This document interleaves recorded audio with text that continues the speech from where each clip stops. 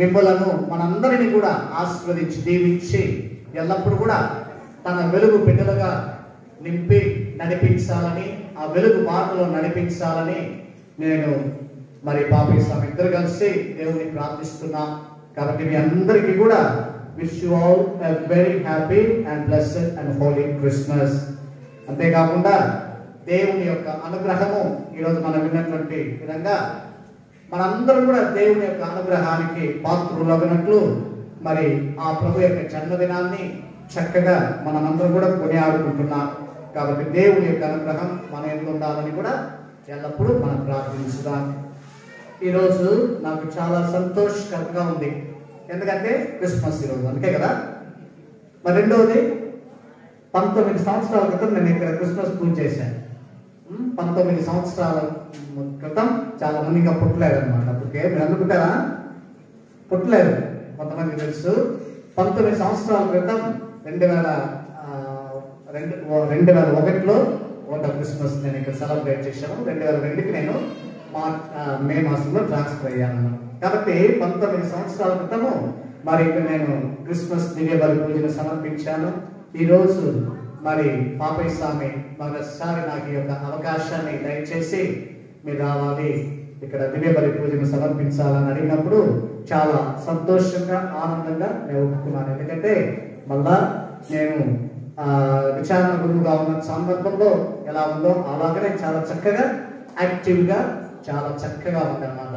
కుర్రోళ్ళందరం చూస్తుంటే నా టైంలో కూడా కుర్రోళ్ళు కూడా చాలా మంది పిల్లలు కానీ కుర్రోళ్ళు కానీ చాలా యాక్టివ్గా ఉండి మరి చాలా చక్కగా ఈ యొక్క విచారణలో అన్ని టాలెంట్స్, చాలా వరకు మంచి టాలెంట్స్ ఉన్నాయన్నమాట విచారణలో. కాబట్టి నేను అప్పుడు ఎప్పుడున్నానో ఆ వృత్తులన్నీ కూడా ఇప్పుడు ఆ జ్ఞాపకం వస్తూ ఉన్నాయి. మరి అంతేకాకుండా మరి చూస్తే చాలా వరకు దేవుడు ఎంతగానో మనల్ని దీవించున్నారు అన్నమాట. నేను ఇప్పుడు కూడా ఎక్కడ బిషప్స్ హౌస్లో ఉన్నప్పుడు పేరులో కూర్చొని మాట్లాడుతున్నప్పుడు ఇప్పుడు కూడా మారంపల్లి గురించి చాలా చక్కగా చెప్తుంటాను.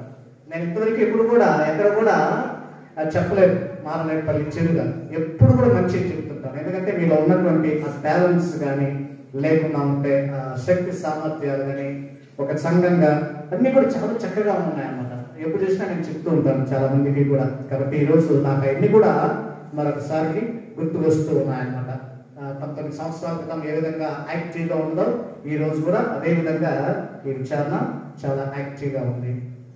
కానీ ఒకటి మన కుర్రోళ్ళకు చాలా బాగా చక్కగా పాటలు పాడుతున్నారు. అమ్మాయిలు అబ్బాయిలు బాగా పాడుతున్నారు పాటలు, మీ వాయిస్ చాలా బాగుంది.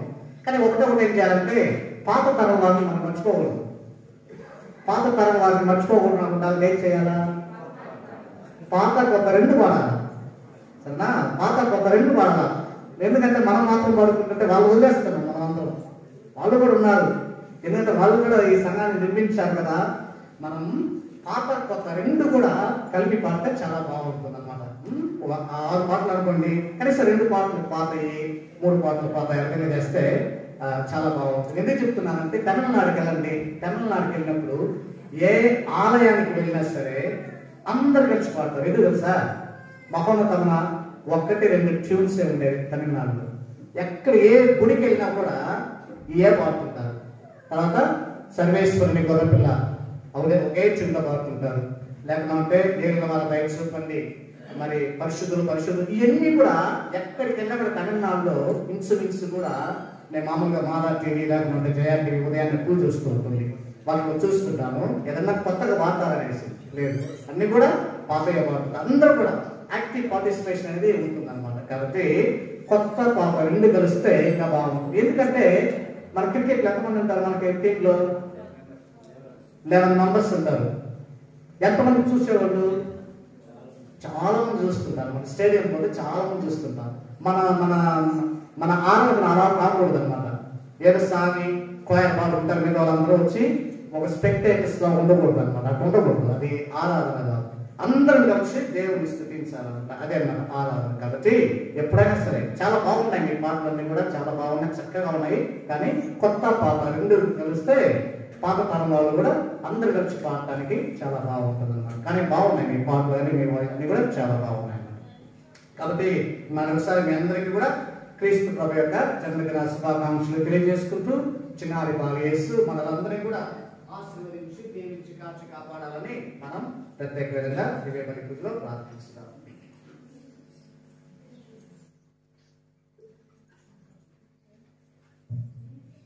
మరి ఈ రోజు మనము క్రిస్మస్ పండుగ చేసుకుంటున్నాం.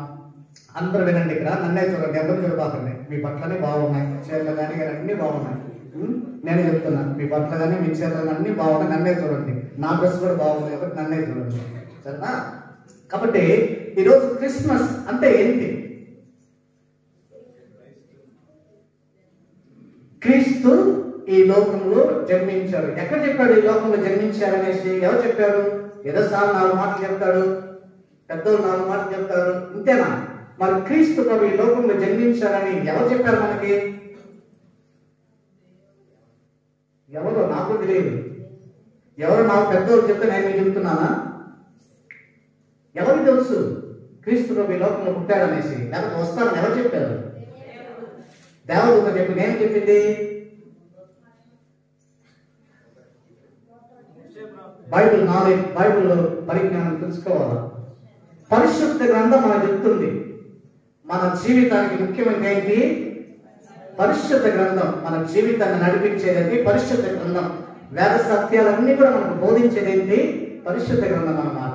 కాబట్టి పరిశుద్ధ గ్రంథం ఏం చెప్తుంది మనకి? మనం చూసినట్లయితే లూకా రాసినటువంటి సువిశేషం ఇప్పుడు విన్నాం చక్కగా.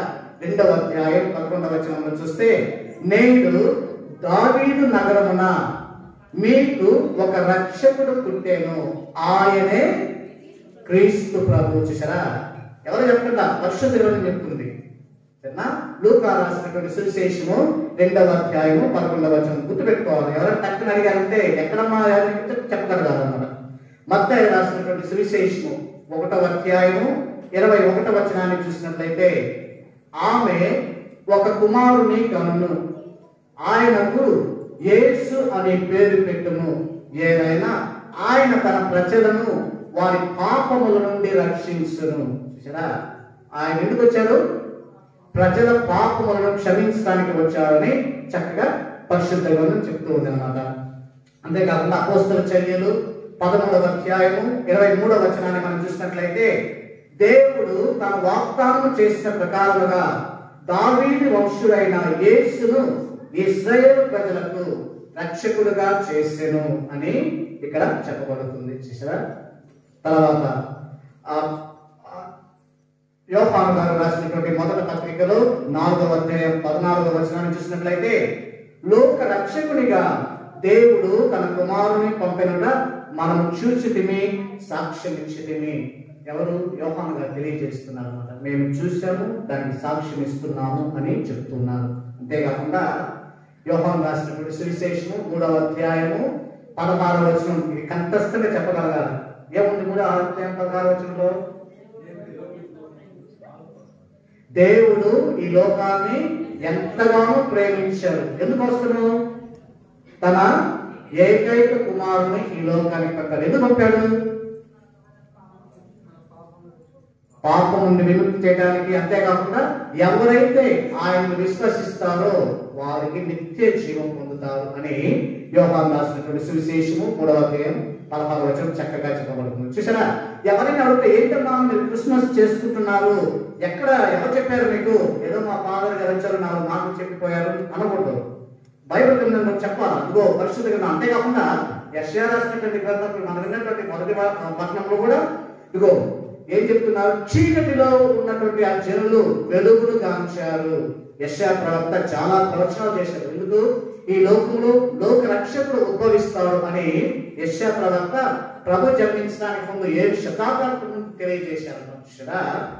పరిశుద్ధ గ్రంథము మనం జరుపుకున్నటువంటి ఈ యొక్క వేద సత్యాన్ని, క్రీస్తు ప్రభు ఈ లోకంలో జన్మించారు అన్నటువంటి సత్యాన్ని ఇదిగో పరిశుద్ధ గ్రంథం మనకు తెలియజేస్తుంది. కాబట్టి మనం అందరూ కూడా పరిశుద్ధ గ్రంథాన్ని ఆలకించి ధ్యానించి దాని ప్రకారం మనం జీవించగలగాలి. మరి ఈరోజు మనం అందరం కూడా ప్రభు యొక్క జన్మదినాన్ని కొనియాడుకున్నాం.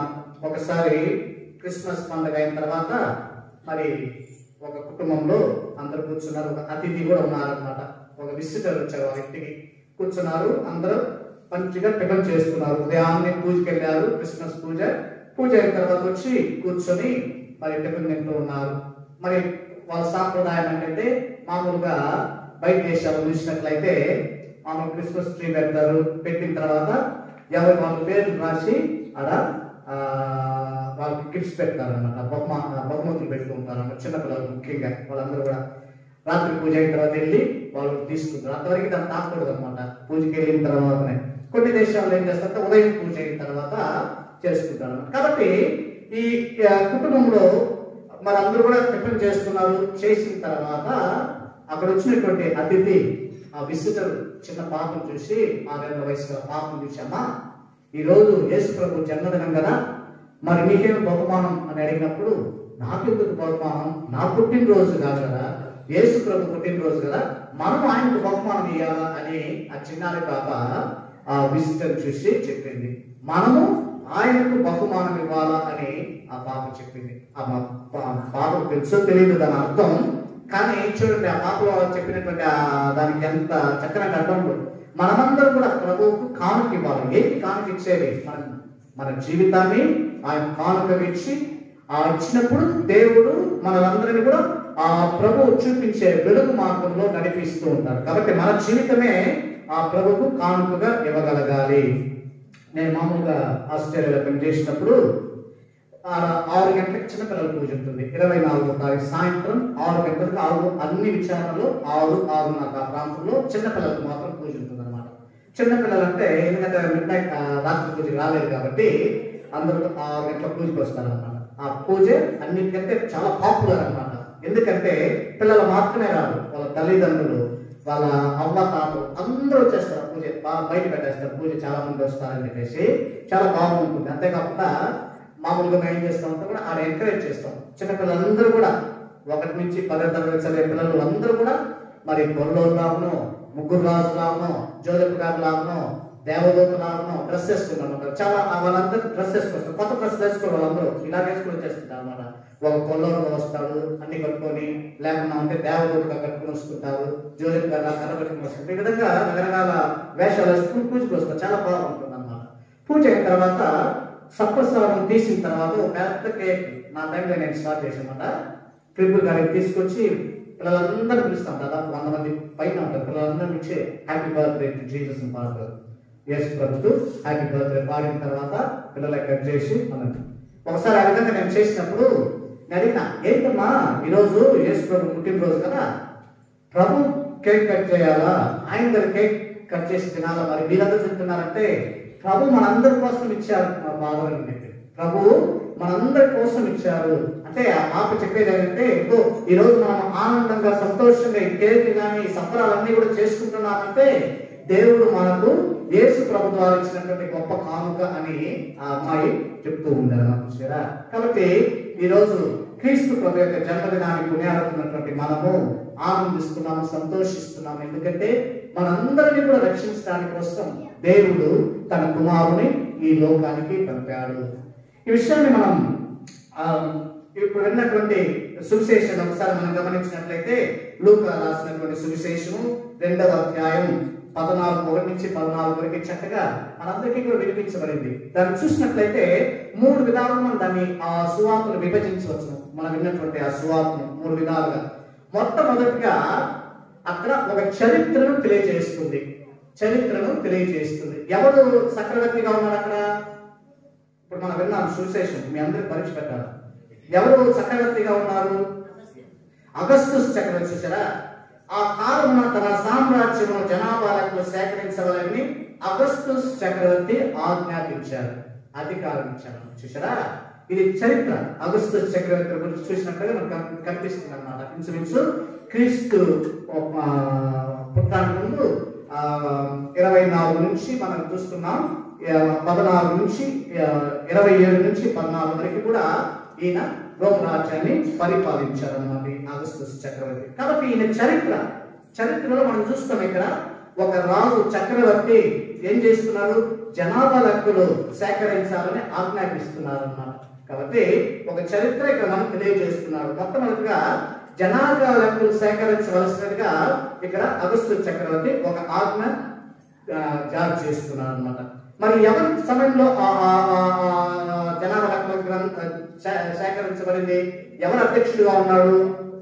కురేనియా. కూర్చోండి. మనం చూసినట్లయితే ఈ మొదటి జనాభా లెక్కల సేకరణ కురేనియా సిరియా మండలాధిపతిగా ఉన్న కాలంలో జరిగింది. చూసారా? ఈయన చక్రవర్తి, రాజు. మరి ఒక అధికారి ఈ యొక్క జనాభా లెక్కలు ప్రారంభిస్తున్నారు. ఎవరైనా? ఇగో కురేనియా. ఆయన చరిత్ర మనం చెప్తుంది అనమాట. తర్వాత ఇది మొట్టమొదటిగా చరిత్ర అనేది ఇక్కడ మనం చెప్తూ ఉంది అనమాట. రెండోది మనం చూసినట్లయితే ఈ జనాభా లెక్కల్లో తమ పేర్లు రాయించుకోవడానికి కోసము మరి మనం చూస్తున్నాం మరియమ్మ గారు కానీ యోసేపు కానీ వాళ్ళిద్దరు కూడా దావీదు వంశానికి చెందినటువంటి వారు కాబట్టి దావీదు పట్టణానికి వెళ్తున్నారు. దావీదు పట్టణము దేవుని యొక్క పట్టణం అంటాం కాబట్టి దావీదు పట్టణానికి వెళ్తున్నారు. అక్కడ వాళ్ళ పేర్లు నమోదు చేసుకోవడానికి ఆ సమయంలో ఏం జరుగుతుంది? అక్కడ యేసు ప్రభు జన్మించడం జరుగుతుంది అన్నమాట. చూసారా? ఇక్కడ మనం గమనిస్తున్నాం అన్నమాట. కాబట్టి మొట్టమొదటిగా ఇక్కడ అగస్టస్ చక్రవర్తి, కురేనియా అనే వ్యక్తుల గురించి చెప్పబడుతుంది, ఒక చరిత్ర చెప్పబడుతుంది.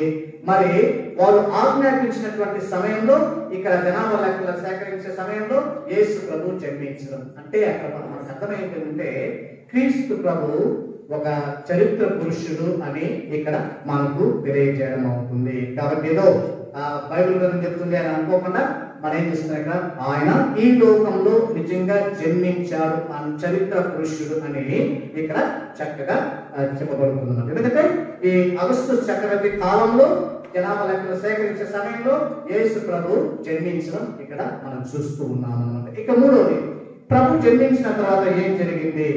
గొల్లలు వెంటనే వెళ్ళి ఏం చేస్తున్నారు? ఈ దేవదూత వెంటనే వెళ్ళి గొల్లలకు ప్రత్యక్షమై ఇదిగో శుభవార్తను ప్రకటిస్తున్నారు. శుభవార్త ఏంటి? ఇదిగో నేడు మీకు ఒక రక్షకుడు జన్మించాడు అన్నటువంటి శుభవచనము, శుభవార్తను వాళ్ళకు తెలియజేస్తూ ఉంది. కాబట్టి మన రూపాయలు అసలు ఇక్కడ విన్నటువంటి సువార్తను చూస్తే ఈ మూడు కూడా మనకు కనిపిస్తున్నాయి. ఒక చరిత్ర, ఆ చరిత్రలో క్రీస్తు ప్రభు జన్మించిన తర్వాత ఆ శుభవార్త అనేది అతి సామాన్యమైనటువంటి ప్రజలకు వెళ్ళడం అనేది చక్కగా మనకు కనిపిస్తుంది అన్నమాట. చూసారా? ప్రియమైనటువంటి సహోదరులారా, క్రీస్తు ప్రభు యొక్క జననాన్ని కొనియాడుతున్నటువంటి మనమందరం కూడా ఇక్కడ చివరిగా మనం చూసినట్లయితే చక్కగా దేవదూతలు పాడుతున్నారు. ఏమని? పరలోకంలో ఉన్నటువంటి వారికి మహిమ, పరలోకంలో ఉన్న దేవునికి మహిమ, భూలోకంలో ఉన్నటువంటి వారికి శాంతి సమాధానము కలుగును గాక అని ఆ దేవుడు ఎలుగెత్తి పాడుతున్నారు. చూసారా?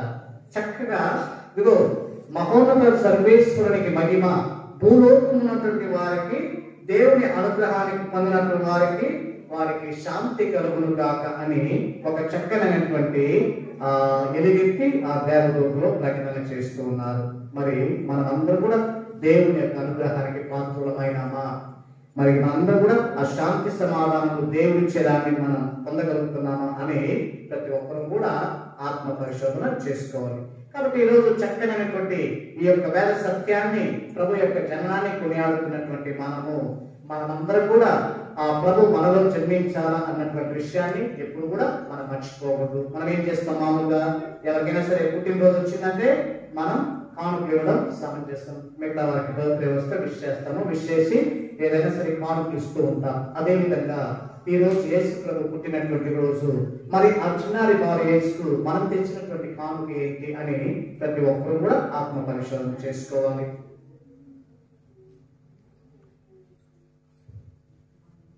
మనకు దేవుడు 4 ఆదివారాల పాటు మనల్ని మనం తయారు చేసుకున్నాం. ఆదివార కాలంలో ప్రవేశించాము. అంతేకాకుండా అనేక రూపాల్లో మనం తయారు చేసుకున్నాం. మరి ముఖ్యంగా పాప సంగీతానికి వెళ్ళడానికి కానీ ఇవన్నీ కూడా మనల్ని ఈ పండుగలో చక్కగా పాల్గొంచుకోవడానికి ఒక చక్కనైనటువంటి అవకాశాన్ని దయచేస్తున్నాను అన్నమాట. కాబట్టి చూసారా, ఈ క్రీస్తు ప్రభు యొక్క జన్మదినాన్ని కొనియాడటం అంటే ఇవన్నీ మనకు అవసరం. ఈ అలంకరణ, కొత్త బట్టలు ఇవన్నీ మనకు అవసరం. ఎందుకంటే ఇవన్నీ కూడా మనం ఏం చేస్తున్నాము? మనకు మరొక విషయాన్ని చూస్తున్నాం, ఆనందిస్తున్నాం, సంతోషిస్తున్నాం, మంచిది. మరి నిజమైనటువంటి ఆనందాన్ని మనం పొందాలంటే మనం ఏం చేయాలి? క్రీస్తు ప్రభు మనలో జన్మించాలి. ఆ మనలో జన్మించినటువంటి క్రీస్తు ప్రభు మిగతా వారికి మనం ఇవ్వగలగాలి. అది క్రిస్మస్ సందేశం అన్నమాట. నేను 4 రోజుల క్రితం మా తమ్ముడు పిల్లలు కమల పిల్లలు ఇద్దరు 9 వయసు ఇద్దరికి వాళ్ళు సరిగా క్రిస్మస్కి ఏం తీసుకున్నారు, కొత్త బట్టలు తీసుకున్నారంటే వాళ్ళు అన్నారు, క్రిస్మస్ మేము బట్టలు తీసుకున్నాము, కానీ మన ఊళ్ళో ఒక అతను చనిపోయారు, వాళ్ళ చిన్న పిల్లలు 3 ఉన్నారు, వాళ్ళకి మా బట్టలు ఇవ్వడానికి మేము వాళ్ళకి తీసుకెళ్లి బట్టలు ఇచ్చి వాళ్ళకి అన్నం పెట్టాలనుకున్నామన్నా. చాలా సింపుల్, చాలా మంచిది.